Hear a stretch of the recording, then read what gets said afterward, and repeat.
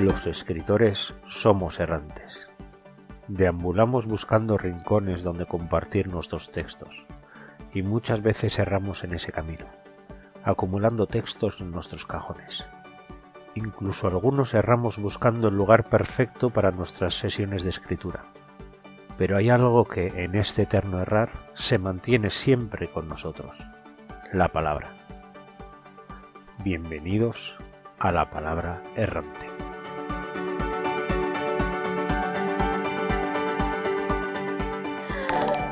¡Ay! Espera. Vale. Iba a decir.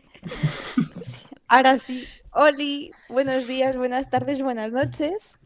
Y bueno, puede que os estéis preguntando qué significa el título de este programa, pero muy pronto tendrá una explicación muy lógica, porque para los que nos llevéis siguiendo un tiempo, este programa no os va a sorprender en absoluto. Ni tampoco que, por lo menos a mí, me parezca un programa especial, porque le tenía muchas ganas. Puede ser que alguna vez me hayáis oído hablando de cosas que dice Brandon Sanderson en sus clases online. Puede ser, no sé si se habrá notado. Y si es así, pues no os extrañará nada que cuando se anunció que iban a publicar un libro, el curso de escritura creativa, yo me pusiera súper contenta de poder tener toda esta información pues recogida en un sitio que me permitiera no tener que estar buscando los vídeos, luego pues localizar el minuto de ver que se explicaba X cosa que era justo lo que necesitaba y tal. Lo que sí que puede que os sorprenda es que Nova nos contactó para enviarnos el libro. Y yo fui la primera que vi el mensaje y obviamente fui corriendo a chillar al grupo de Telegram de la emoción. Es que no me lo podía creer. Y bueno, al final la parte mala es que, como somos buena gente y no nos íbamos a pelear por un solo libro en papel, pues no tenemos 5 libros en papel, pero sí que al final hemos tenido 5 libros en ebook, en digital. Así que, pues ni tan mal, porque aquí estamos con un nuevo manual de escritura para repasar y diseccionar en común. Así que, primero que todo, para que no se me olvide cómo le pasó a Monse, voy a presentar a mis compañeras. Así, echando mierda, así desde primera hora. Así me gusta. Que claro, en el programa anterior, pues no nos presentamos, no pudimos decir nuestros saludos. Así que, hola Aritz. Hola, buenos días, buenas tardes, buenas noches. Hola Monse. Ay, pensaba que te ibas a olvidar de mí. Buenos días, buenas tardes, buenas noches. Me tendría que haber olvidado, así en plan venganza. Hola Rebeca. Hola, buenos días, buenas tardes, buenas noches. Y hola Toti. Hola, buenos días, buenas tardes, buenas noches. Me quedo sin voz. Bueno, vamos a empezar así. Voy a empezar a seguir yo charrando un rato, así vas recuperando voz, porque me parece que después vas a ser tú la primera en hablar. Así que descansa después de este saludo. ¿Qué estás bebiendo, Brandy?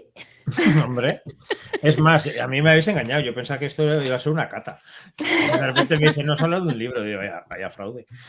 Somos un fraude absoluto. Total. Entonces, por si alguien se lo pregunta y dice, oye, ¿qué es eso de las clases de Brandon Sanderson? ¿Cómo es que este señor da clases? Y es que es exactamente eso. Brandon Sanderson tiene un canal de YouTube en el que se pueden encontrar las clases que dio. No sé si hay de cursos anteriores, creo que tiene otras charlas anteriores, pero está completo el curso de escritura creativa de 2020 de la Brigham Young University, una universidad en la que el 98% de los estudiantes, según Google, son mormones. Así como dato que dejo ahí al aire. ¿Y el 2%? El 2% Brandy. no se especifica. Y claro, él comenta que comenzó estas clases como como alumno de Dave Farland, que era un escritor profesional, y cuando este se retiró de dejar de dar las clases, pues le ofrecieron a él el impartirlas, porque había sido alumno unos cuantos años Y oye, pues mira, tú que eres escritor, pues mira, quién mejor para seguir con lo de tener a un escritor profesional. Que en 2004, si no me equivoco, Brandon todavía no había publicado ningún libro, me parece que el Antri salió en 2005, ¿puede ser? Mm. No estoy Puede ser. segura. Y Yo creo que había vendido ya los Google, derechos. haz tu magia. Yo creo que en el libro pone que había vendido los derechos, creo, del Antris ya, pero creo que todavía no se había publicado. pues no lo sé. Pero el caso que ya tenía, pues me parece que dice en el libro, Publicada en abril de 2005 por Tor. toma. Pero tenía escritas, me parece que dice en el libro que 8 novelas por aquel 8. entonces ya. Entonces, pues era una persona a la que consideraron muy adecuada para dar la clase y no se equivocaron. Y además él dice que aceptó lo de dar las clases porque fueron realmente el curso más importante para él que dio en la universidad. Y yo creo que también tiene otro motivo, y es que le encanta hablar y le encanta enseñar, porque te cuenta las cosas con una pasión tan verdadera, con mucha claridad, con muy buenos ejemplos. Y para mí, como una persona que se topó en la universidad con un 80% de profesores, con una capacidad nula para la enseñanza, pues me parece algo súper importante tener a una persona que ya no solamente es que sepa de lo que hace, sino que sabe enseñarlo. Porque es muy claro el señor, salvo cuando se le va un poco la cabeza, pero lo centran rápido.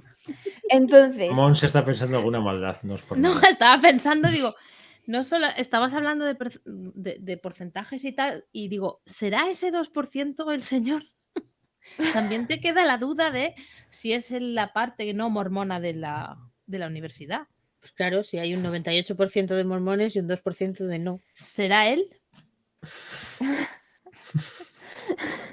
Vale. Ya está.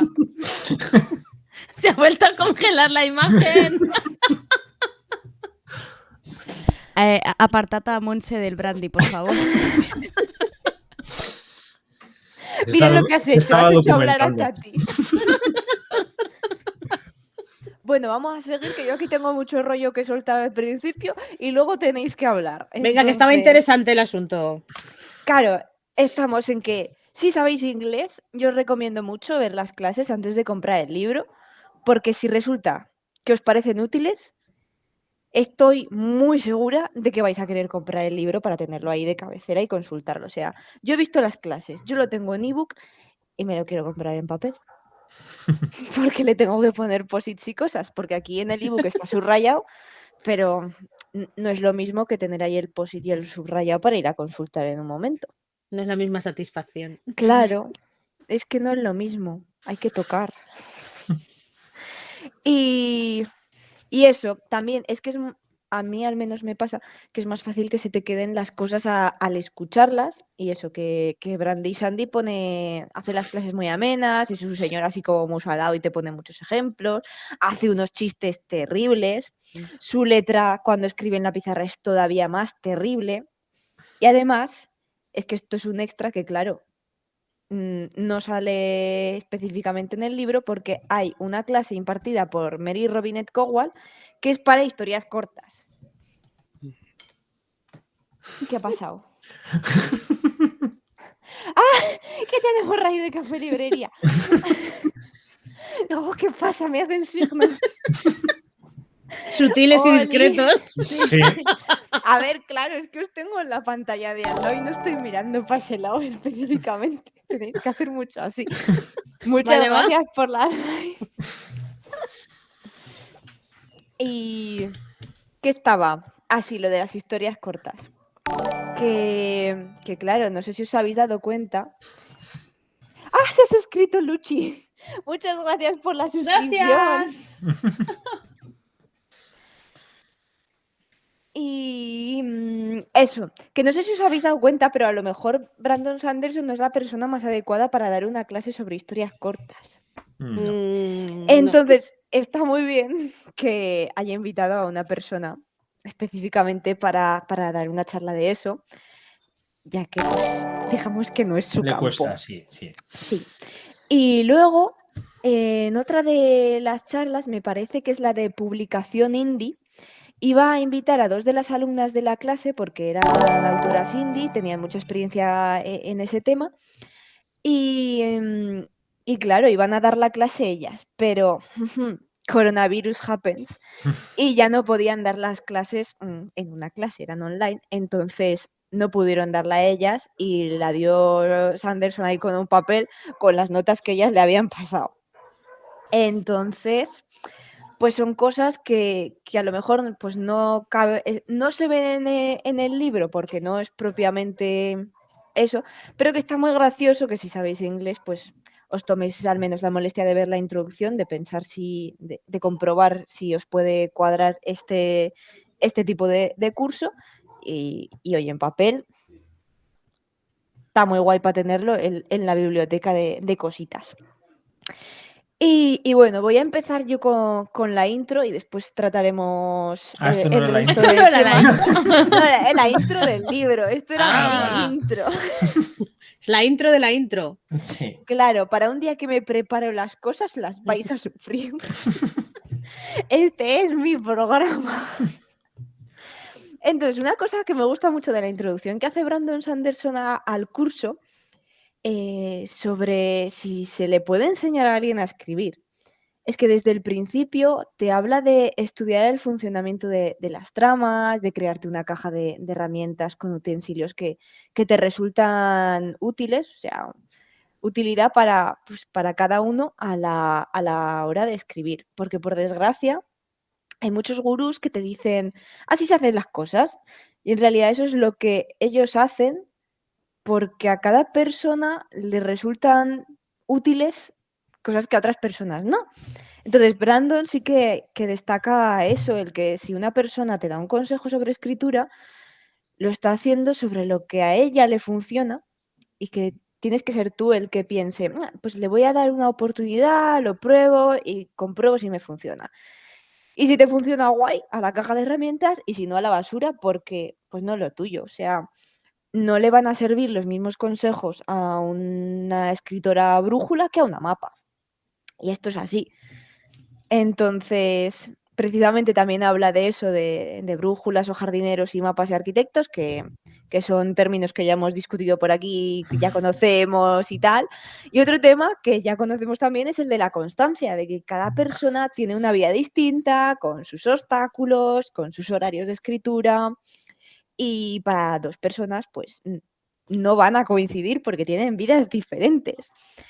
Entonces, destaca que lo importante es ser constante, que es algo que también hemos dicho aquí mucho, lo de crear un poco de rutina, aunque esa rutina, pues a veces igual se te la lleva por delante la vida un poco, pero que no pasa nada, porque claro, dice lo de que la regularidad a la hora de escribir vence a lo de darte un atracón de escritura, pero cuando eres una escritura de atracón, si ya lo sabes, pues aprendes a trabajar con ello. O sea, la primera parte es mucho yo creo que de conocerte a ti mismo, que es algo con lo que creo que además nosotras coincidimos, porque es algo que ya hemos hablado muchas veces.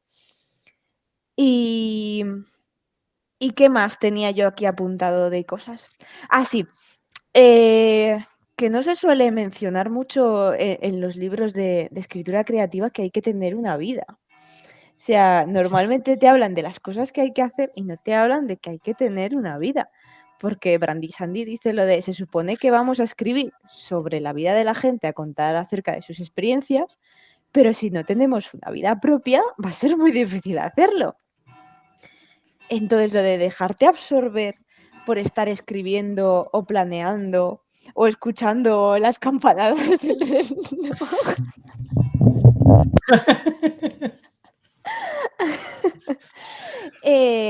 Pues bueno, a veces te consume mucho, entonces tienes, quizá cuando no eres un escritor profesional, que eres como gente como nosotras que andamos rascándole los minutos al día para ponerte a escribir, no es lo mismo que eso, que cuando la escritura es el trabajo que te da de comer.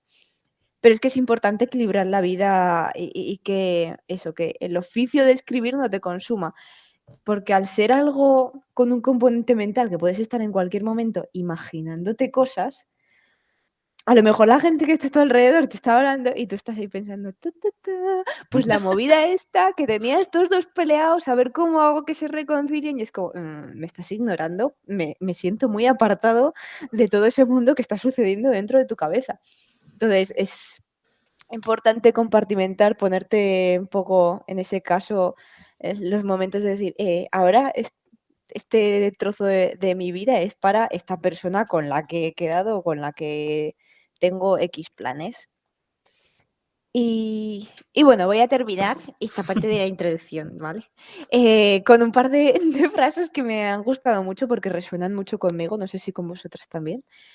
Que la primera es, plasmas lo que tienes en el cerebro y luego otra persona lo lee e imagina algo bastante parecido a ello. Me encanta la escritura, es un acto de creación pura en el que coges la nada y la moldeas.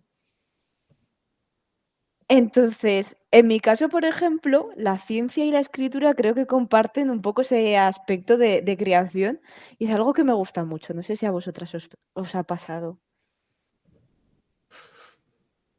Sí, a ver, a mí una de las cosas que me apasiona siempre, he necesitado una parte creativa en mi vida.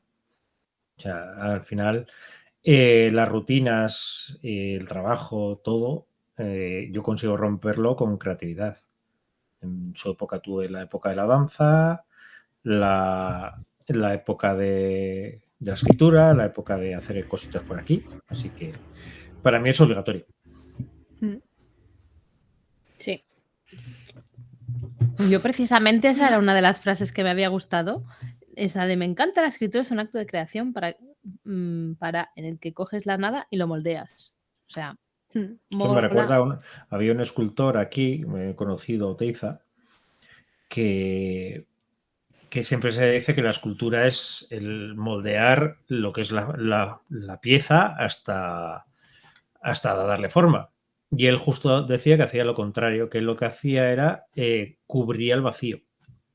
O sea, lo que hacía era, empezaba a jugar con los vacíos y iba cubriendo los vacíos. Era una otra forma de la que trabajaba él. Vale, y la segunda frase que tengo es que me hizo muchísima gracia. La de los escritores no nos aburrimos, lo cual está muy bien. Porque es cuando dice lo de has quedado con alguien y te llega esa persona tarde y tú dices, ostras, este rato lo tengo para pensar en esto y te lo pasas pipa porque no te aburres. Entonces, ¿os ha pasado? Porque a mí esto me lleva pasando toda la vida, lo de estar esperando en un sitio y me pongo a inventar cosas para pasar el rato. Mira, yo durante mucho tiempo, mucho tiempo, he estado escribiendo mientras esperaba a los niños que salieran de las extraescolares. Y llegaba un momento que a lo mejor venía otro padre y se sentaba conmigo a darme conversación y me molestaba un montón. Hola, ¿te puedes ir? Y estoy en lo mejor, déjame. Yo, por ejemplo, mi primera novela la escribí prácticamente toda en un bar. Queda muy bien esto para el día de brandy. Y lo que solía hacer era... Eso lo diremos de ti cuando seas famoso, eso, ¿eh? Se pasaba el día en el bar. Sí. Y lo que solía hacer muchas veces era cuando me bloqueaba, era un bar bastante curioso porque la gente iba a jugar al ajedrez, o sea, era un bar bastante alternativo. Y yo lo que solía hacer era, si me bloqueaba con la historia, miraba a los clientes y me inventaba sus historias. Y era una manera en la que iba creando, y luego a veces cogía esas ideas para la novela o no, pero era una manera de romper ese bloqueo, decir, hoy no me está saliendo nada, pues mira, pues me voy a inventar la vida de esta persona que acaba de entrar. Mola. Vale, pues como tampoco queremos hacer aquí un especial de 5 horas con Brandy y Sandy comentando capítulo a capítulo el libro entero, pues... Espera, ¿yo puedo decir una cosa antes? Sí. Una de las frases o sea, una de los interrogantes que ha puesto y quiero saber, ¿vale? ¿Cuáles son los trabajos perfectos a los que se dedican mientras espera ser escritor profesional? Uy, un trabajo perfecto, uno que no se curre mucho y se cobre mucho.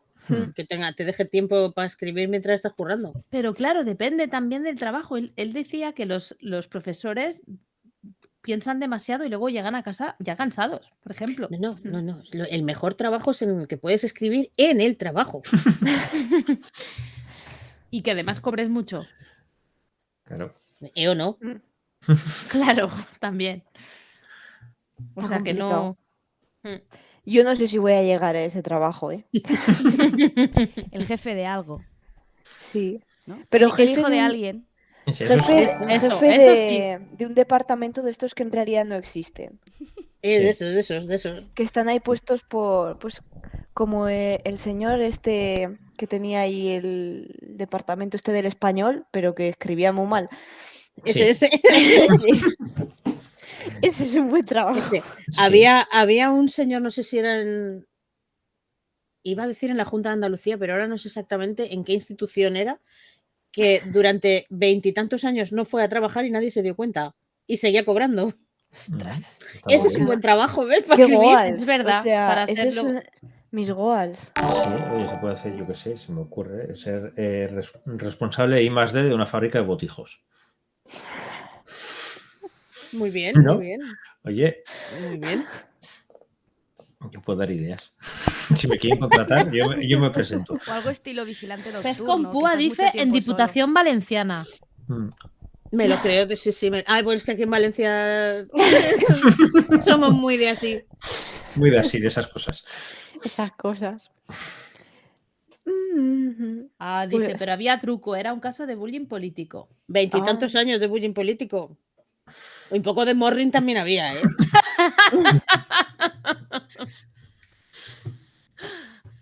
Ay, pues bueno, esto parecerá que les coge por sorpresa a las compañeras, pero en realidad ya les había puesto los deberes de que cada una se mirara un tema, que es que he repartido un poco los temas principales del libro entre ellas para pues hablar un poquito, porque luego también se habla al final pues de publicación, de contratos, de agentes y de algunas cosillas que difieren un poco más entre Estados Unidos y España porque son mercados muy distintos. Y lo que explica ahí pues tiene aplicación aquí, pero no del todo, sobre todo por el tema ese de los adelantos millonarios y tal, que aquí eso no, No. ni se huele. Güey. Entonces, si el tema os interesa para que lo comentemos en otro programa o ampliar alguno de los que vamos a hablar ahora, que igual pues tenemos que ir un poco de corrido, pues ahí tenéis el chat para los que estáis en directo y si no, pues comentarios en Twitter o en el blog, que para eso están, y somos muy fáciles de engañar. Entonces, he dividido los capítulos principales en magia, que va a ser para Tati, la construcción de mundos, el Workbook para Aritz, los personajes que son para Monse, la trama para Rebeca y yo me quedo para el final el punto de vista. Entonces, Tati, calienta que sales. Creo que nadie se podía esperar que iba a explicar yo el sistema de La magia. magia, no. Para Jamás. nada. Nunca jamás. A ver, yo voy a hacer una cosa que no suele hacer Sanderson, que es ser breve hablando. Básicamente porque me voy a quedar sin voz a mitad de la explicación. Así que hasta donde llegue.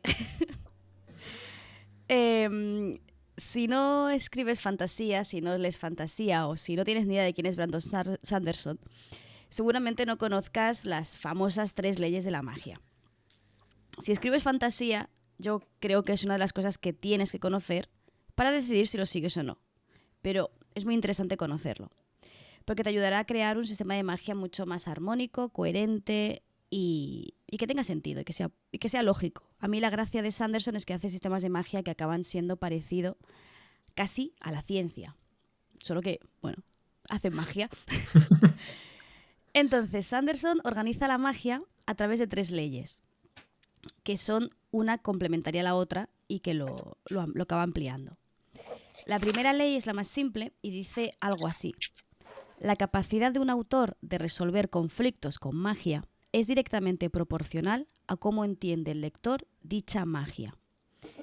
Es decir, aquí Sanderson clasifica a los sistemas de magias en 2 tipos, la magia blanda y la magia dura, siendo la suya siempre la magia dura. Pero esto no quiere decir que la magia blanda sea mala, sino que simplemente son dos tipos diferentes de magia y que funcionarán para cosas distintas. La magia blanda es la de Tolkien, una magia grandilocuente que hace cosas porque sí, no tiene que dar ningún tipo de explicación y generalmente se utiliza sin reglas demasiado claras. No suele ser la magia que utiliza el protagonista, o al menos Sanderson recomienda que no sea esta, sino que más bien se ofrece como aquellos obstáculos ante los cuales el protagonista o la protagonista tendría que enfrentarse. Básicamente porque si le das a un protagonista el poder de poder hacer cualquier cosa en cualquier momento, el libro va a ser bastante aburrido.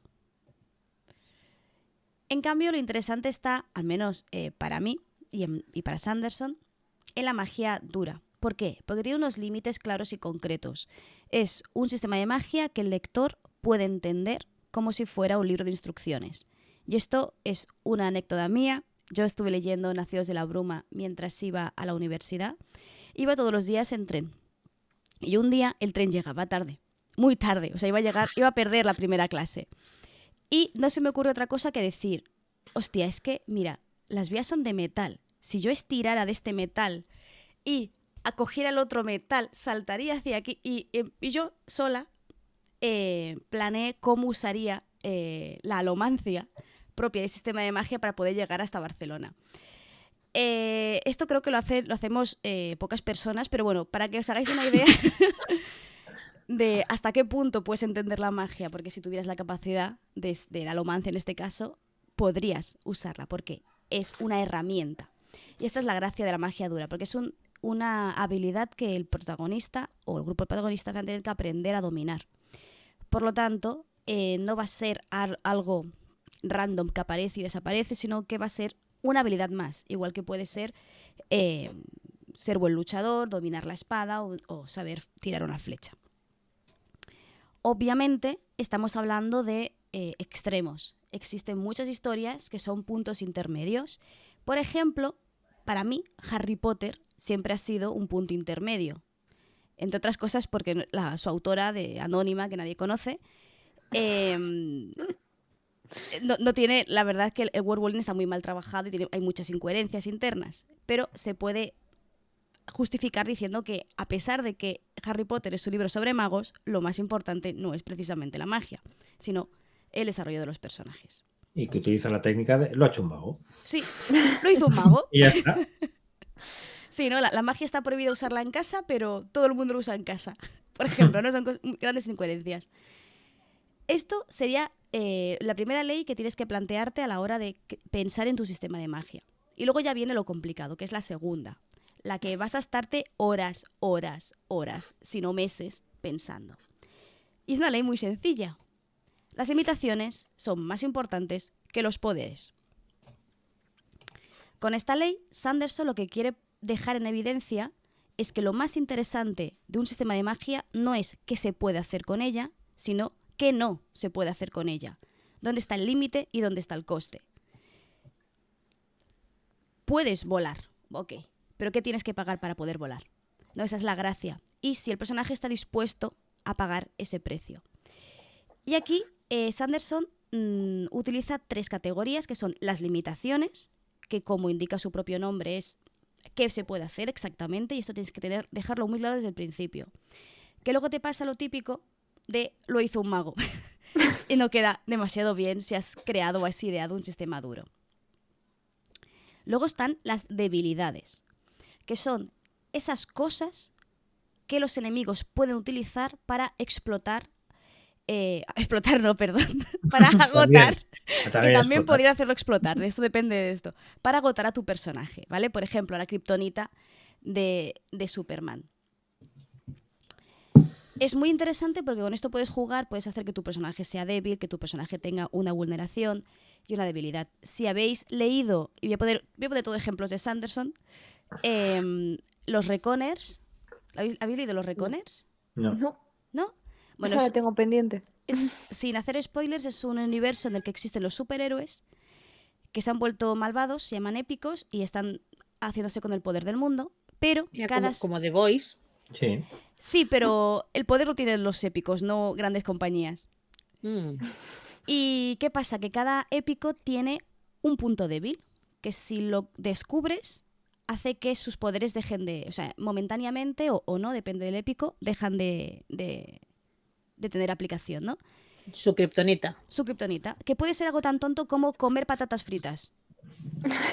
O sea, es que es buenísimo porque es algo súper random y tienes que averiguar cuál es dependiendo de cómo actúa el épico. Porque claro, esta saga está explicada desde el punto de vista de la resistencia que quieren matar épicos. De los boys. Sí. Ahí está la gracia. Bueno, esto sirve tanto para hacer esto de ponerte como el que quiere vencer al mago como el propio mago, ¿no? Porque tendrá que conocer sus puntos débiles. Y a mí lo que me gusta más son los costes. ¿Qué tienes que pagar? ¿Qué tienes que ofrecer a la magia para que se emplee, ¿no? Lo más habitual suele ser agotamiento. Pero molaría un montón que para hacer un hechizo tienes que entregar una vida humana. ¿Ok? Puedes curar puedes curar a 100 personas si matas a otra. ¿Lo harías? Puedes volar, pero para eso tienes que cortarte un brazo. ¿Lo harías? Claro. Ese concepto es algo que aparece, no sé si los habéis leído, los libros del tapiz de Fiona Barr. No. No. Que no me acuerdo cómo se llama el autor ahora. Es canadiense. Y habla de eso. Hay magia. Hay dos tipos de magia. Un mago que saca la energía de una fuente que es un ser vivo ligada a él por un nexo mágico, que suele ser una persona que, pues eso, lo drenas y lo agotas. Y luego hay otro tipo de magia, que es la magia de la tierra, que es magia de sangre, que necesita un sacrificio, que es mucho más poderosa, pero... Claro, hace falta un sacrificio. Sí, de donde viene la magia también, la novelette, en literal, también justo habla de eso, de dónde viene la magia. Sí. Y tiene mucho que ver con el coste de la magia. Justo lo estamos leyendo en la lectura conjunta y... ¡Qué creepy! Bueno, Muy chulo, empieza tío. la novelette con un sacrificio humano, o sea... Sí. Y una vez que tienes claro, como si fuera fácil, tus limitaciones, las debilidades y los costes, Sanderson añade un otros, que es una serie de cuestiones que todo escritor tiene que plantearse si desea introducir un sistema de magia en su novela. Un sistema de magia, insisto, duro, no blando. ¿Cómo se activa la magia? ¿Qué implica activar la magia? ¿Cuándo se puede emplear la magia? ¿Se necesita algo en concreto para hacer magia? Por ejemplo, varitas, ¿no? Por ejemplo. ¿Necesitas un estado mental concreto? ¿Con qué frecuencia puedes emplear la magia? ¿Se nace mago o se aprende a ser mago? Son cosas que luego, que ya Aritz supongo que aquí enlazará, tiene mucho que ver con el sistema de el mundo en sí, ¿no? Porque la magia de alguna forma tiene que afectar a la realidad. Y una vez que tienes todo esto cubierto, está la tercera ley de Sanderson, que dice: amplía lo que ya tienes antes de añadir algo nuevo. Y esto viene sobre todo para aquellas personas, y de aquí me incluyo, que desean incluir en una novela todo. Es decir, yo quiero hacer de todo, quiero que vuelen, quiero que exploten cosas, quiero que hagan todo. Entonces, ¿qué pasa? Que llega un punto en que ofrece al lector un sistema de magia tan diferente entre sí, tan complejo, que no entienden ni papa. Así que lo más interesante es que intentes coger lo que ya tienes y hacerlo de forma más profunda. Y da 3 opciones. La primera es extrapolar, que consiste en valorar el impacto que provoca un poder en concreto dentro de la sociedad. Básicamente es preguntarte qué pasaría si... ¿Qué pasaría si un mago es capaz de crear comida de la nada? En ese mundo no debería haber hambre, por ejemplo, ¿no? O, bueno, depende de la corrupción y todo eso. Ahí no entro. ¿Qué implicaciones socioeconómicas tendría un poder de este estilo dentro de una sociedad? Por eso, aquí Sanderson insiste muchísimo en que la magia tiene que afectar de alguna forma determinada al sistema del mundo. Por ejemplo, aquí yo hago una crítica enorme a Harry Potter, que es como el ejemplo que todos tenemos en la cabeza, porque los magos viven en una especie de edad media extraña, que no saben ni lo que es la electricidad, a pesar de tener magia. Y deberían ser, ¿no? O haberse adaptado de alguna forma al universo. Bueno, también estaba lo de que salió en plan de que no hay tuberías en Hogwarts y que hacen desaparecer la caca con un hechizo, pero el hechizo solo se lo enseñan a partir de, no sé si es cuarto o algo así. Entonces, tú estás ahí con 14 años y hasta los 14 años tienes que decirle a alguien más mayor, caca. Límpiame la caca. A ver, ¿cómo que no hay tuberías? ¿Y por dónde iba la...? No sé, hubo una Te ha hecho un movida ahí mago. un poco rara. Pero hay otra cosa más. Vamos a ver, a Hogwarts van a cumplir los 11 Sí, y saben todos leer y escribir. sí. ¿Dónde han aprendido? No, Si chungo. no se mezclan con los muggles, no van a un cole normal. School home. Educación en casa. Sí. Y eso Pues es no veo todo yo al padre de Draco ahí. A ver, hijo mío, la A. la A de ambición, No, la B de boca chancla. yo más que eso, más me cuesta imaginarme a Harry. ¿De dónde aprendió Harry? Pero Harry ha ido Harry al cole sí, con su primo. claro. ¿Ha Harry ido iba al con su cole. primo? Claro. No me acuerdo eso. Tengo un poco borrada esta novela, no sé por qué. Qué cosas, ¿eh? Sí. Ahí yo pongo el ejemplo que todos vamos a conocer, básicamente. A ver, la siguiente punto para respetar la tercera ley de Sanderson sería relacionar. Y es que consigas establecer vínculos entre los poderes, las culturas y, ya que estás, el trasfondo de la trama. Para que todo tenga coherencia. Por ejemplo, si quieres introducir distintos sistemas de magia o que tu personaje tenga varias capacidades mágicas, intenta conectar ambos poderes para hacerlos funcionar juntos. Y aquí voy a poner un ejemplo muy tonto, ¿vale? ¿Habéis visto, cómo se llamaba la serie esa? ¿Misfits o algo así? Sí. Misfits, sí. Vale, que eran adolescentes con superpoderes. Mola mucho. Y hay uno que su poder era controlar la leche. Ostras, eso se me ha escapado a mí. ¿Qué hacía? ¿Qué hacía? Controlar la leche. Pero eso era de un capítulo así por ahí Es un suelto, capítulo muy raro, suelto. ¿no? Un Sí. capítulo random muy así, ¿no? Claro, este hombre vivió toda su vida, o sea, desde que descubre que tiene este poder y la gente lo descubre a él, con qué poder más estúpido, eres inútil, eso no sirve para nada, y bueno, pues con la leche se puede hacer muchas cosas. Yo solo digo eso. Entonces, es conocer este poder, relacionarlo con tu trasfondo de personaje, con otras habilidades que también tienes y poder gestionar eso, ¿no? Imagínate... bueno, no digo nada. Bet Misfits. Pero es que es la hostia, la lía pardísima este chaval. Y es un personaje muy secundario. Entonces, esto también tiene relación con los propios sistemas de magia. ¿Habéis leído Nacidos de la Bruma? Ujú. En Nacidos de la Bruma hay... Vamos a decir que 2 sistemas de magia, aunque en verdad hay 3. Está la alomancia y la ferruquimia. Y los dos, aunque son distintos, tienen un gran vínculo en común. Están relacionados, ¿vale? Sanderson explica que eran 2 sistemas de magia pensados para 2 novelas distintas, pero que luego vio que había un enlace muy interesante con el que juega muchísimo. Y se hacen cosas bárbaras, juntando los 2 poderes, ¿no? Yo solo digo eso. Entonces, si habéis leído esta saga, sabéis cómo se puede relacionar muy bien 2 sistemas de magia para crear algo loquísimo, pero coherente. Y luego, ya lo último, la última norma que establece Sanderson o idea es compactar, que consiste en crear algo nuevo a partir de la variación de algo que ya ha sido creado. Es decir, en lugar de crear un poder nuevo, toma un poder ya existente, pero haz que lo use de una forma diferente. Aquí, por ejemplo, me viene a la mente la serie de dibujos animados de Avatar, que no sé si la habéis visto. Ujú. No. Sí. Es un sistema pendiente. muy clásico elementarista. O dominas el fuego o dominas la tierra, excepto el avatar que lo domina todo, ¿no? Ahí hay mucha gente que domina el agua, mucha gente que domina la tierra, y cada uno actúa de forma distinta.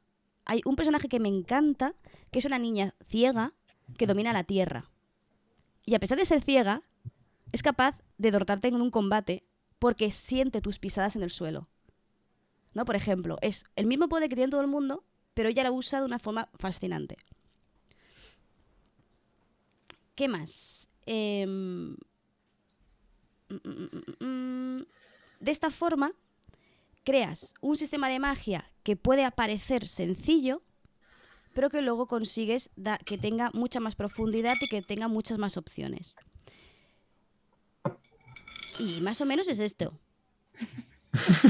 A la breve Fácil. dice. Fácil.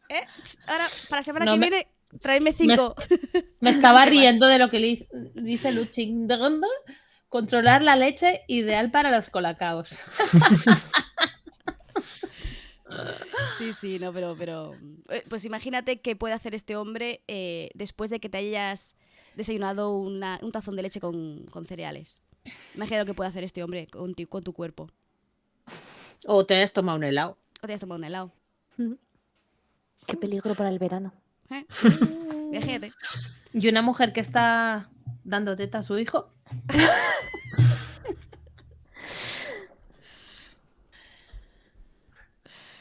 Y su archienemigo le interesa. Eso me recuerda un poco. También.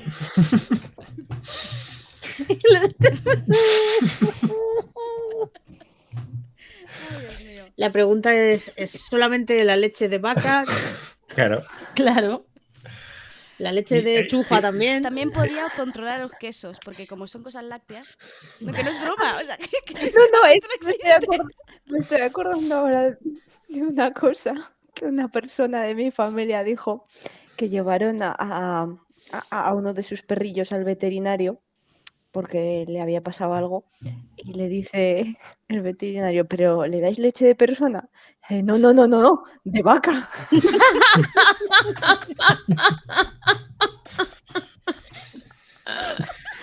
Perdón, ya está. Qué mal rollo.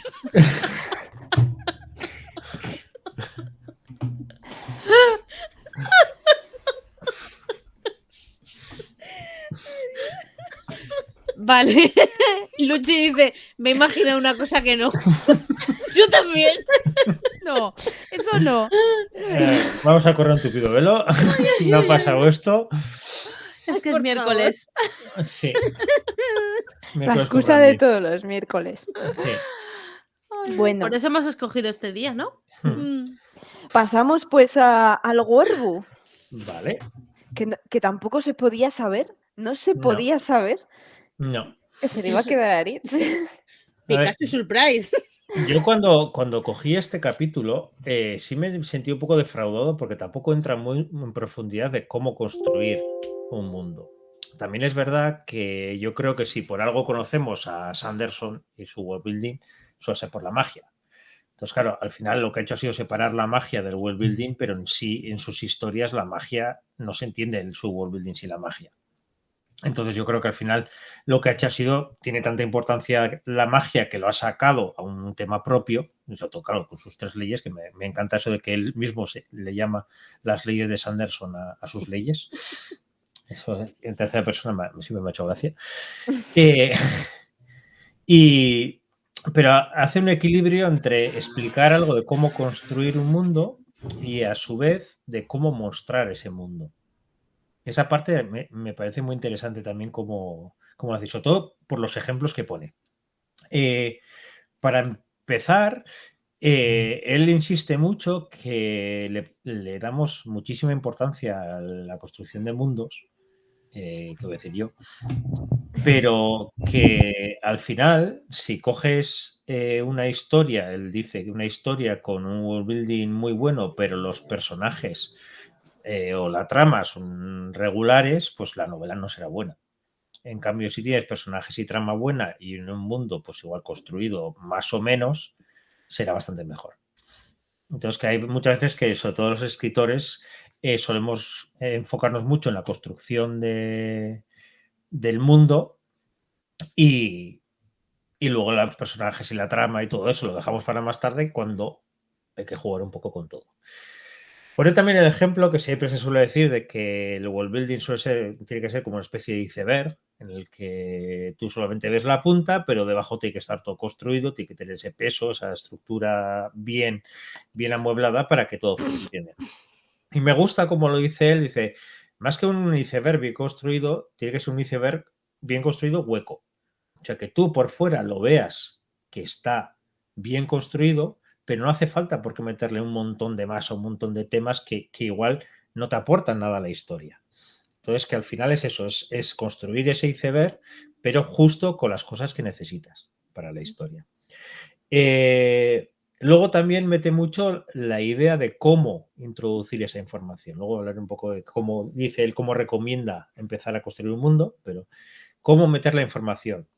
Y siempre solemos tener el problema del infodumping, el que estés todo el rato metiendo información o, como él dice en algún momento, que entradas de enciclopedia directamente. Ahí le mete un poco de caña al señor del Señor de los Anillos, porque siempre dice que al final lo que hacía Tolkien muchas veces era meter esos casi como artículos de enciclopedia sobre sus temas, que a mí me encanta, aparte de eso, pero yo también soy un poco enfermo de estas cosas, entonces tampoco cuenta. Pero es verdad que hay veces que se mete esa información a tope y lo que consigues es sacar a la persona de la historia. Entonces, que hay que jugar un poco con eso. Me gusta mucho también, pone un ejemplo que se suele ver mucho en las construcciones de mundos, que suele ser el explicar las cosas mediante diálogos. Y claro, eso se ve muchísimo. Pero pone un ejemplo que me hizo mucha gracia y que es muy real, que dice que él le llama, como decía, la idea de un diálogo entre una doncella y un mayordomo, que no se convierta en eso. ¿Por qué? Porque pone un ejemplo, dice, si tienes dos personajes que conocen perfectamente el mundo, cómo funciona, no tiene sentido que entre ellos estén hablando de cómo funciona ese mundo. Porque al final es lo que dice pues, la doncella mayordomo, que uno le dice sí, porque el señor hace no sé qué, y la otra le dice sí, porque la señora está haciendo no sé qué. Sí, es que saben los dos que están Diálogos haciendo. de, ya sabes, Los Charles, dos, que el doctor sí. quiere... Entonces, él dice que hay que huir de eso. Entonces, para eso sí suele utilizarse mucho y él recalca, claro, el aprendiz. El papel del aprendiz para eso es muy goloso, porque al final es, desde Harry Potter, desde mil libros, podemos decir, de un aprendiz que tú acompañas, que suele muchas veces el protagonista o el acompañante del protagonista. Yo hace poco, por ejemplo, que he leído la de la historia triste de un hombre justo, también se acerca un poco a eso, porque tiene también un aprendiz que le explica un poco cómo funciona la magia o el sistema, o lo que sea. Ahí tiene lógica. Usando el ejemplo de Nacidos de la Bruma, que es el que usa él, pues también tiene la También. trama esa de aprendiz, porque si no, a ver cómo te enteras tú de todas las movidas de la magia. Claro, entonces es eso, es una buena manera de introducir ese mundo. También es verdad que ya lo hemos visto tantas veces que puede llegar a cansar. Él mismo también dice de que al final es una herramienta muy útil, fácil de conseguir, pero también muy tramposa, porque al final te puede meter una trama de un aprendiz cuando igual no aporta nada, sino simplemente estás metiendo ese personaje para que cuente cómo funciona la magia y ya está. Entonces que luego le tienes que dar un cuerpo a eso, tiene que tener una lógica que todo eso pase por algo. También se mete un tema que siempre hablamos, que es el mostrar más que decir. O sea, que no hay que contar las cosas, sino hay que mostrarlas con las acciones, lo que está ocurriendo. Pero ahí dice que no siempre funciona eso. De otras cosas, porque me hace gracia que precisamente Sanderson diga del ahorro de las palabras. Digo, hay que tener valor con los tochos que escribe y nos hable de ahorrar palabras. No, pero a ver, Sanderson, si pone una palabra suele ser por algo. Pocas veces mete rellenos. Sí, lo que pasa que es eso, que él lo que dice es eso, que hay veces que si puedes ahorrarte palabras con algunas cosas, es mejor decir que mostrar. No es, que ese equilibrio hay que buscarlo, que no siempre hay que decir.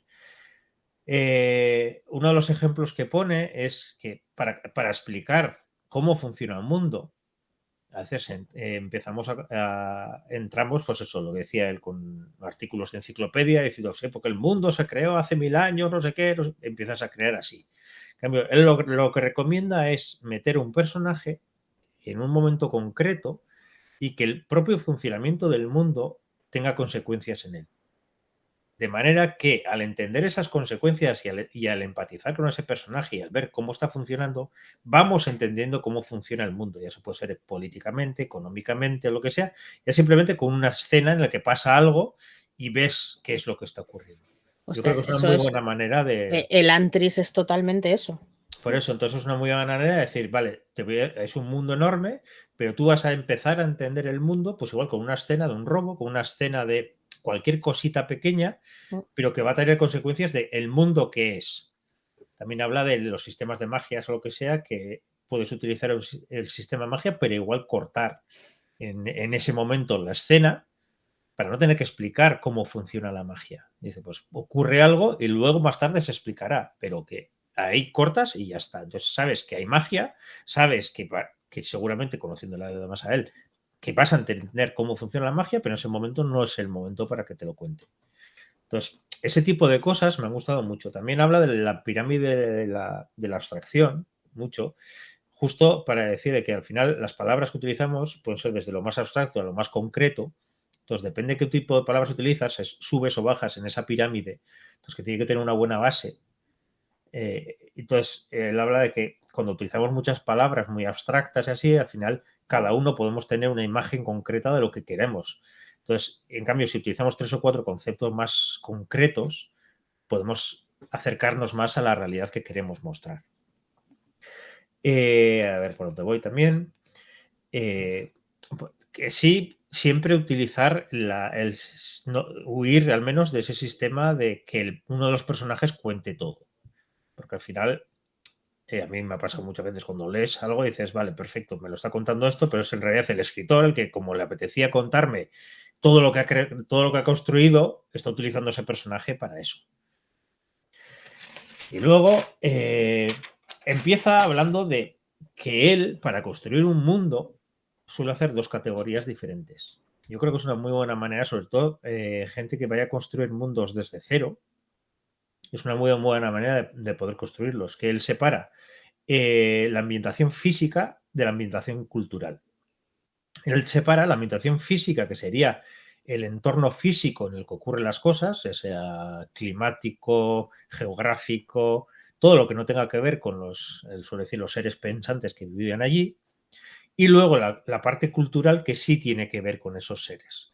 Porque al final nos olvidamos mucha parte de la parte física, de esa parte en la que el clima puede condicionar mucho, el paisaje puede condicionar mucho, y nos centramos solo en la parte cultural. Entonces él dice que es muy bueno también empezar por esa parte. Él habla de su famosa tormenta, ese tornado huracán que va recorriendo las zonas y va cargando de magia y así. Dice, al final es una manera de que la parte física también condiciona la parte de funcionamiento de todo el mundo. Y yo creo que es un ejemplo muy bueno. Y luego, sí me ha gustado, sobre todo de cara a los que nos encanta construir mundos y parece que no nos cansamos de hacer eso, con lo que nos olvidamos de escribir esas cosas, que nos imaginamos que estemos como en una partida de Warhammer y que te diga, mira, tienes 100 puntos para construir este mundo. Me encanta este hombre, es súper friki. Sí, muy friki. Pero es una manera muy gráfica de decirlo, porque dices, vale, tengo 100 puntos. Y digo, vale, si yo empiezo a hablar de la parte política, si empiezo a construir la parte política, igual ya gasto 40 puntos. Con lo que me voy a dejar menos para esto. Y al final te das dando cuenta que no hace falta contar todo. Sí, igual ir construyéndolo, esos mimbres, para que todo más o menos tenga esa coherencia, pero sin llegar al detalle de decir, a ver, si yo no voy a hablar sobre platos o lo que sea, yo sí puedo pensar qué es lo que comen, pero no tengo por qué hacer un libro de recetas sobre la comida, pues tampoco es necesario. Y por último, y así acabo, me gusta mucho también cómo equilibra la consistencia interna y la externa, cómo habla de esas 2 consistencias dentro de un mundo. Porque al final la consistencia interna, que un poco hablábamos antes con Harry Potter, que se la salta por todos lados, la consistencia interna es que tú, cuando entres en ese mundo y comprendas cómo funciona ese mundo, poco a poco, pues lo que le pasaba a Tati por ahí imaginándose cabalgando por vías y yendo a Barcelona, que tú puedas luego entender, incluso adelantarte a lo que pueda ocurrir, porque ya vas viendo cómo funciona. Claro, si de repente algo no cuadra con ese funcionamiento y lo rompe por completo, te saca de la historia. El propio antes también hablaba de la magia, y en la magia también él comentaba que en uno de los libros metió al final justo otro sistema de magia justo al final porque le venía bien para enganchar a la historia y así, y que la gente le dijo, ya, pero es que de repente me has metido algo que no cuadra con lo anterior, que luego en la historia, en todo el hilo de la historia sí cuadra, pero en el momento ese chirría más. Pero luego también tiene mucha importancia, y no le sabemos dar tanto, a la consistencia externa. Que sobre todo depende de qué tipo de literatura escribamos.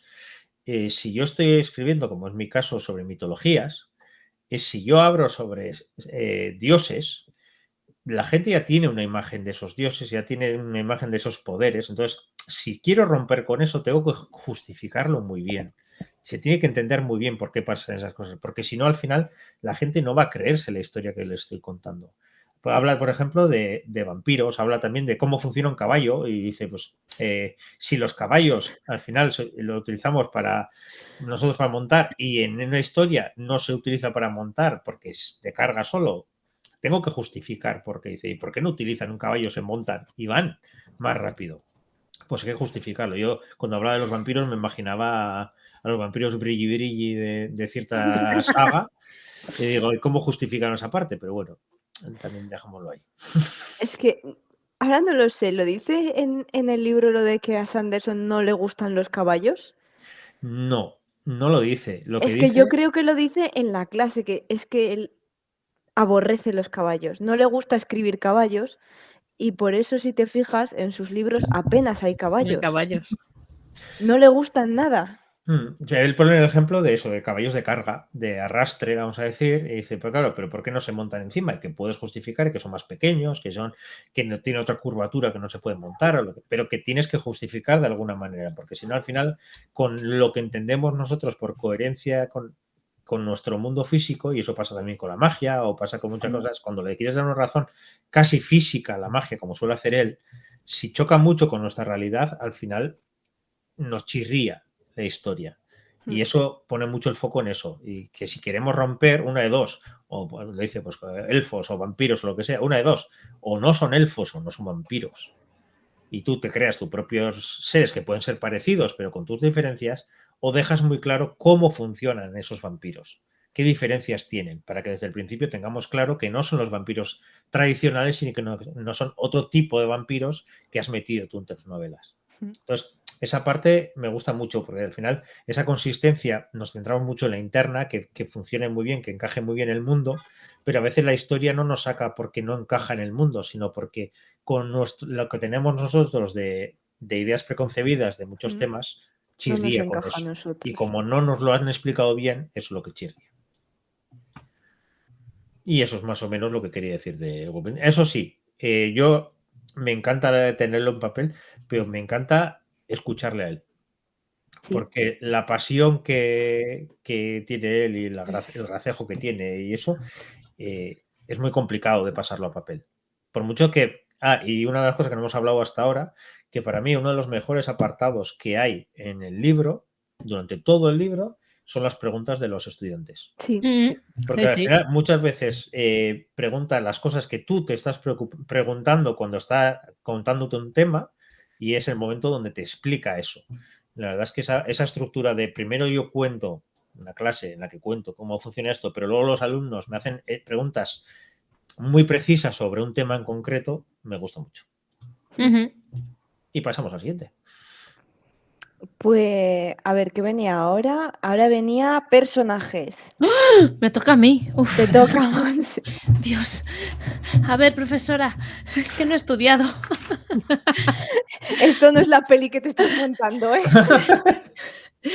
A ver, muchas cosas las habéis dicho ya cuando estabais hablando de los sistemas de magia y del world building, ¿vale? Porque, no sé, yo he visto que relacionaba muchísimas cosas, ya sea en la creación de mundos, pues también las utiliza en la creación de personajes y luego también cuando habla de la magia, también lo relaciona bastante con los personajes. Y una de las frases que dice, un sistema de magia nunca será Esto más va a acabar Kama interesante Sutra para que las escritores, personas no, que lo no. utilicen. O sea, que no sé hasta qué punto para él es tan importante la magia o son tan importantes los personajes. O sea, Con mucha yo no he leído nada de marcha. Sanderson, nada, confieso, nada de nada. Y lo que sí que he encontrado en este libro, yo supongo que los fanáticos de Sanderson encontrarán muchísimos ejemplos. Yo los ejemplos que he encontrado así más cercanos ha sido Star Wars. Sí, lo he visto Constantemente. bastante. Sí. El Señor de los Anillos, constantemente. Y luego un montón de cosas y tal que me ha demostrado que soy bastante ignorante en el mundillo de la cinematografía, así como que no he visto muchas películas, digamos. Y también en sus libros, cuando me ponen los ejemplos, esto es lo que hacía este personaje cuando no sé qué, y yo me quedo un poco así como, pues no lo sé. Vaya, me lo tendré que leer. O sea, los fanáticos de Sanderson van a disfrutar leyéndolo y los que no, como yo, le van a entrar ganas de leer a Sanderson. Entonces, he ido sacando apuntes, más que nada. No me he preparado un discurso de estos, porque no voy a empezar como Tate que dice, voy a hablar poco y luego se ha pasado media hora, ¿vale? Yo voy a hablar poco, de verdad. Y... a ver, ¿cómo define Sanderson los personajes? Pues él dice que los personajes son gente que hace cosas y que tiene que cumplir ciertos papeles para dar cierta forma a la historia y a la trama, ¿vale? Porque lo relaciona todo. Dime. Son como los catalanes que hacemos cosas. Sí, Ya está, igual. mi aportación. Me he Muy perdido bien. algo yo ahí. No, es que los catalanes hacemos mucho y Sí, damos es poco. frase de Mariana Rajoy, creo. De M. Rajoy. Sí. Me gustan los catalanes, me gusta su gente, hacen cosas. Claro, viniendo del autor de Viva el Vino, también Sí. bien. ¿Qué esperabas? Sigamos. Vamos subiendo el nivel, ¿eh? Sí, sí. Me hemos pasado de Sanderson a Rajoy. Buah. Preocupante. Hemos cambiado el brandy por vino también. Sí, sí, no, eso ya directamente, yo creo que es orujo duro. Bueno, entonces, lo que dice Sanderson, y que también le doy la razón, es que el personaje tiene que importar al lector. Tiene que crear una empatía, y esta empatía, una de las formas, o sea, él habla de la empatía, el apoyo y el progreso. Y lo de la empatía con el lector, o sea, que el personaje tiene que despertar alguna cosa para que el lector le coja cariño, ¿no? Entonces dice, pues, o bien lo describes haciendo cosas que hace el mismo lector, yo qué sé, jugando a videojuegos o jugando a ajedrez o yo qué sé, ciertas cosas que te puedes acercar a él, o si no te marcas un salva al gato y le haces hacer alguna cosita como, no sé, como acariciar un gatito o salvar alguna viejecita ayudándola a cruzar la calle o alguna cosa de estas. O bien mostrar que tiene amigos y luego tú ves que ese señor tiene amigos y dices, pues este señor tiene amigos, yo también puedo cogerle cariño, ¿no? Seguramente. Seguro. ¿No? Entonces, a ver, eso, dice, establecer un apoyo, poner al lector del lado del personaje y así que tenga o sea, darle también al personaje una buena motivación.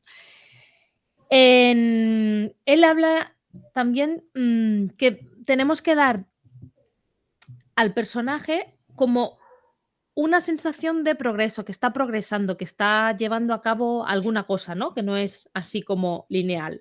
Insinuar que hay algún cambio en el personaje. O sea, que caiga bien, que tenga una motivación y que el viaje lo haga cambiar. Lo sitúa en 3 escalas: la simpatía, la resolución y la capacidad. Y dice que estas 3 escalas, pues que se pueden entremezclar entre ellas y que tiene que haber algún cambio, ¿no?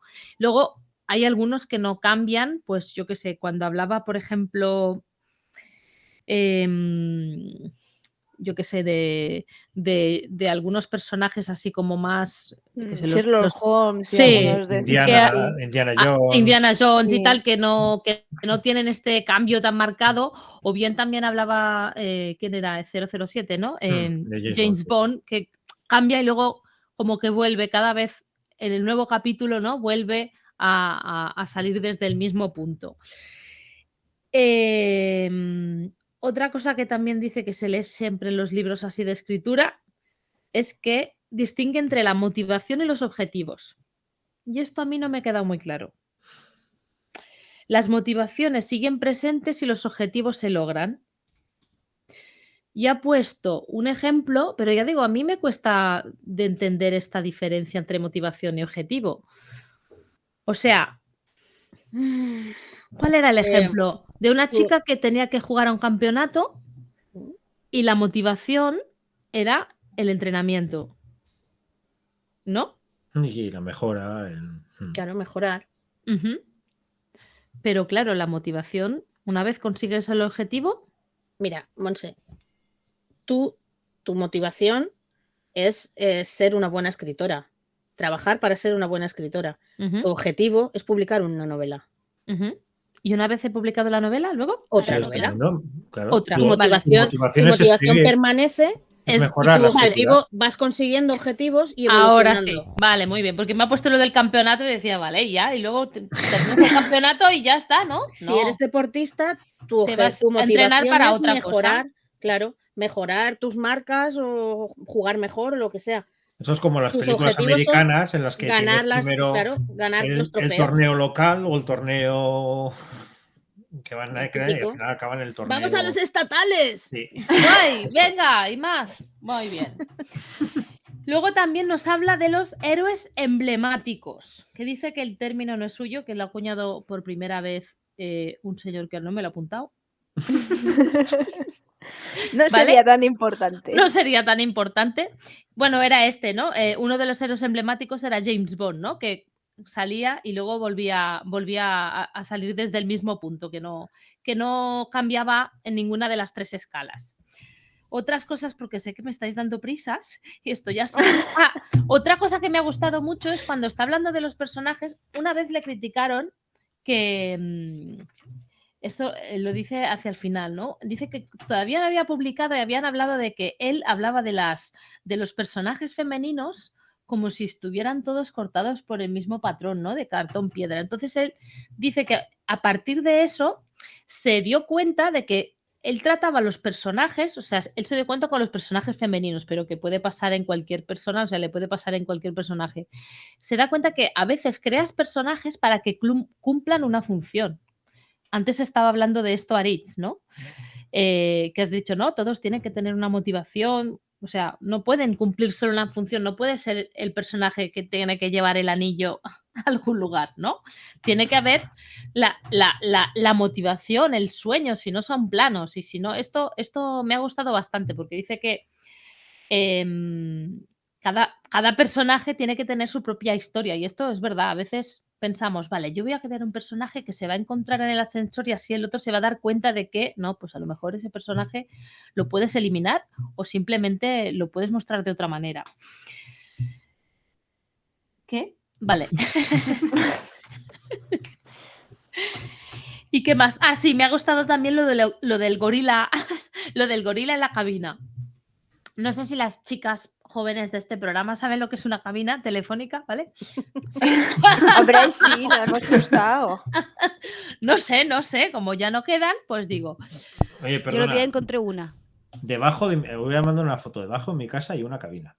¿En serio? ¿Pero, Sí. ¿pero de estas cerradas? O... Sí, cerrada. ¡Uala! De las Ya ves. Cabina auténticas. cerrada, sí, de las de que tienen más años que yo creo que la calle Ostras. directamente. Yo cuando bajaba en autobús solita a la ciudad, pues no tenía móvil, me iba a la cabina, echaba las monedas. Mamá, ¿me vienes a buscar con el coche a tal hora? ¿Todavía ibas tú en cabina? O sea, no eres tan joven, entonces. Y ahora me llama vieja, o sea, lo que Queda me puñales. llama bebé que vieja. ¡Hala, fuera! Se acabó la trama. ¡Se me ha congelado!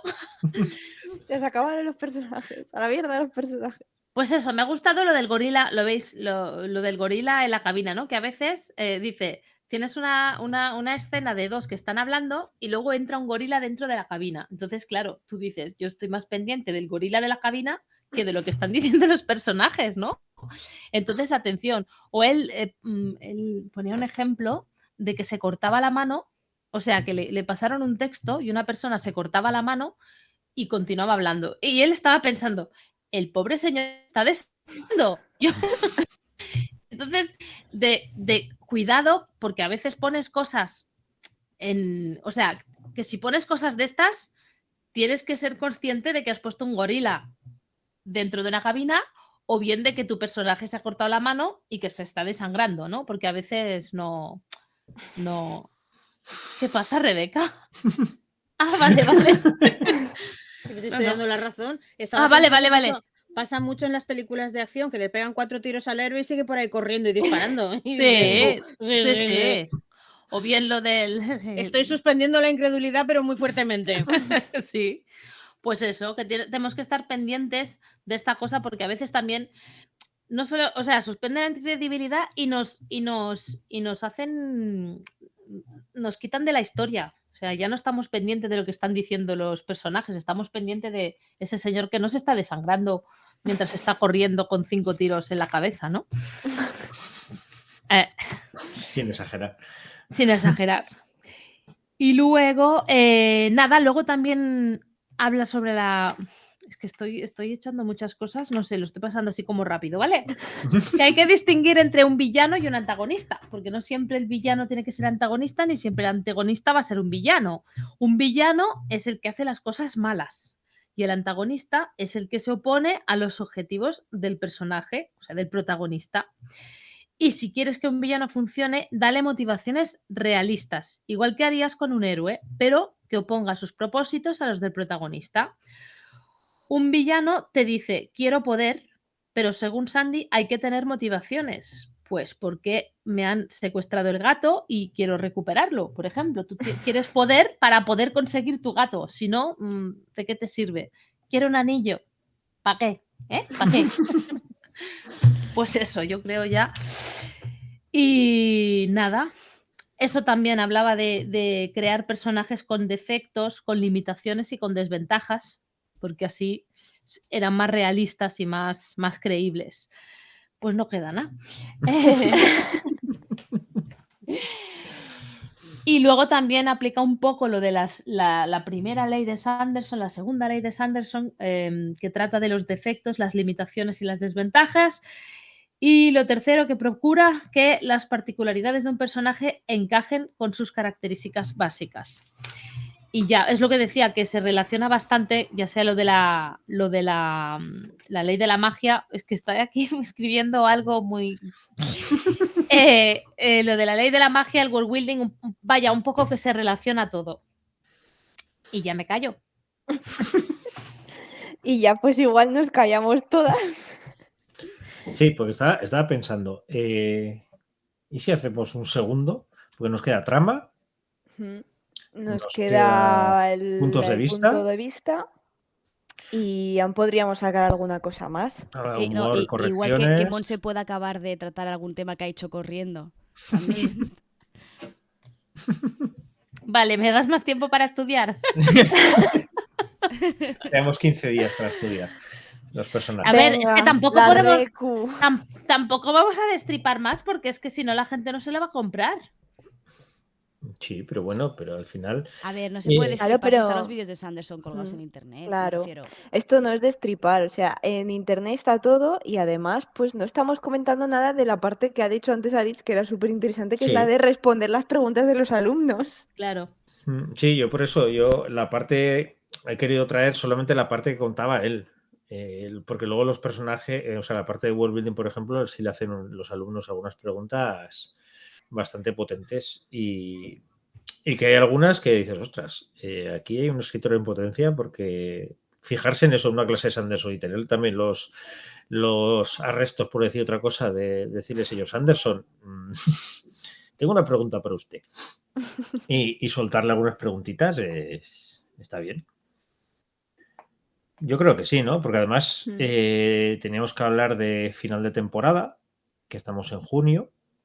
Entonces podíamos hacer final de temporada, acabar con este libro, tirar para adelante y luego igual hacer un programa especial sobre los mejores momentos y balance nuestro y planes de futuro que podamos hacer. No sé qué os parece. Y así enganchamos a la gente y dice, oye, ¿nos ha gustado el primer programa? Segundo. O no, y además que habéis comentado que así la gente que haga comentarios y así, dicen, mira, pues así tienen la oportunidad desde que se publique, tanto aquí como en YouTube, como en iVoox, en todos los que dirá Monse, todos los que acaben en podcast y cosas así, que la gente pueda preguntar. O que la gente que haya leído el libro que se haya fijado en algún momento y lo comentamos el siguiente capítulo. Sí, porque entonces así en plan de resumen, siguiente capítulo hacemos la segunda parte de esto. Nos van a decir, señoras, suéltenos el brazo. Sí, seguramente que lloras mucho porque vamos a tener a Sandy otra vez en el programa. Y si invitamos a Brandon Sanderson a la segunda parte. Oye, mira, espera. he 5 quedado con errantes él. con Brandy, 5 Claro. errantes con Sanderson, con Claro. Sandy. Mira, vamos a decir que a lo mejor en el siguiente programa estará Sanderson. ¡Wow! Vale, sí, esa estrategia me suena. Sí, ¿A quién se la he visto yo últimamente? ¿qué parte de suspender la incredulidad nos hemos perdido de la novela? Oye, pero nunca se sabe. Que luego hay Celsius, hay viajes, hay cosas y.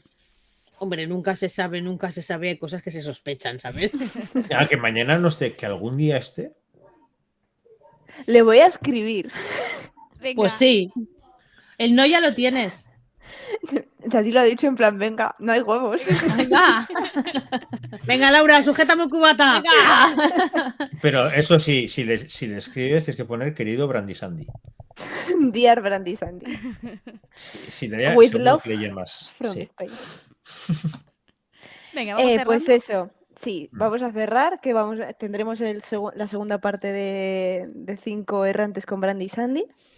Y luego tendremos pues el último capítulo para cerrar la temporada y ya entramos en julio, que será el camp, que algo haremos, no sé si todas tendremos energías o no. No. Y luego, Yo te digo que no. luego agosto sí que nos lo vamos a tomar para recuperar las energías y luego volver en septiembre con nueva mucha temporada. Con tercera ya, ¿eh? Tercer año ya. sería. ¡Guau! Tercero. Uf. ¡Qué viejas! Mm. Así que nada, Monse, haz lo tuyo, di tu tu magia. frase. Pues bueno, primero de todo, deciros que es muy triste robar. No, espera, que es muy feo robar. Con mucha Muy marcha. Muy Es triste pedir. triste pedir. Es muy triste Sí, pedir, es pero muy más triste. feo es robar. Entonces, que si tenéis si tenéis Prime, pues a nosotros nos podéis seguir gratuitamente y nos echáis así una manita y tal, y así podemos cubrir gastos para el programa y tal, y hacer estos programas más divertidos, porque seguro que sí. Dime. Una suscripcióncita, por favor. Una suscripcióncita, por favor. Que tiene una suscripcióncita. Entonces, nada, que vais a encontrar el podcast en iVoox, en Apple Podcast, en Spotify, en me olvido, Google Podcast, bueno, en iVoox. todos los podcasts posibles, en iVoox, si lo he dicho ya. Y si nos dejáis algún comentario, perdón, si nos dejáis algún comentario, alguna estrellita o alguna cosa así, o los compartís por las redes sociales, así la cosa se va aumentando, nos va conociendo más gente y nosotros estamos muy contentas. Y ya, ¿no? Sí, pues ya está, nos despedimos y seguiremos cogiéndose el brazo con más Brandy Sandy la próxima semana. La próxima semana, dentro de 15 días, Sí, 5 errantes con Sandy. Con Sandy. Parte 2. El regreso. de comeback. Uy.